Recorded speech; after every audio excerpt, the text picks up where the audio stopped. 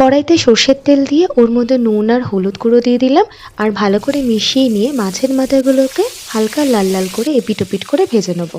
তারপর ওই তেলের মধ্যে গোটা জিরে, শুকনো লঙ্কা, তেজপাতা দিয়ে ফোড়নটাকে একটু নাড়াচাড়া করে ঝিটি ঝিটি করে কেটে রাখা পেঁয়াজগুলোকে দিয়ে একটু হালকা করে ভেজে নেওয়ার পর কেটে রাখা আলুগুলোকে দিয়ে দেবো, সাথে দিলাম সামান্য নুন। এবার আলুটাকে ভালো করে ভেজে নেওয়ার পর আদা, রসুন, কাঁচা লঙ্কা দিয়ে একটা পেস্ট তৈরি করে ওর মধ্যে দিয়ে দেবো।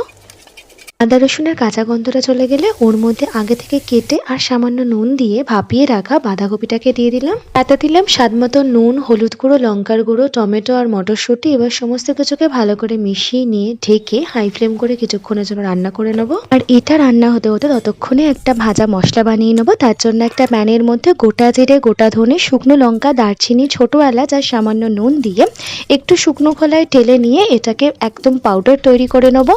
10 মিনিট পর ঢাকাটা খুলে দেখে নিচ্ছি, মশলাটা বেশ ভালো মতন কষে গেছে আর বাঁধাকপি থেকে যে এক্সট্রা জলটা বেরোয় সেই জলের পরিমাণটাও অনেকটা কমে গেছে। এবার ওর মধ্যে যে ভাজা মশলাটা বানিয়েছিলাম সেটা দিয়ে দিলাম 2 চা চামচ আর তার সাথে আগে থেকে ভেজে রাখা মাছের মাথাটাকেও দিয়ে দিলাম। আর এবার একটু স্প্যাচুলার সাহায্যে মাছের মাথাটাকে একটু ভেঙে ভেঙে দিচ্ছি যাতে বাঁধাকপির সাথে ভালো করে মাছের মাথাটা মিশে যায়। এরকমভাবে আরও 15 থেকে 20 মিনিট গ্যাসের ফ্লেমটাকে লো টু মিডিয়ামে করে রান্না করে নেওয়ার পর যখন বাঁধাকপি থেকে জলের পরিমাণটা একদমই কমে যাবে তখন ওর মধ্যে মাঝখান থেকে ফেলে নেওয়া কটা কাঁচা লঙ্কা দিয়ে দেবো, তার সাথে ধনেপাতা কুচানো আর আরও 1 চা চামচ ভাজা মশলার গুঁড়োটাকে দিয়ে একটুখানি মিশিয়ে নিয়ে কিছুক্ষণ স্ট্যান্ডিং টাইমে রেখে দিলেই একদম রেডি হয়ে যাবে মাছের মাথা দিয়ে বাঁধাকপির ঘন্ট। আর রেসিপিটা যদি ভালো লেগে থাকে তাহলে please like, comment, share and subscribe. By.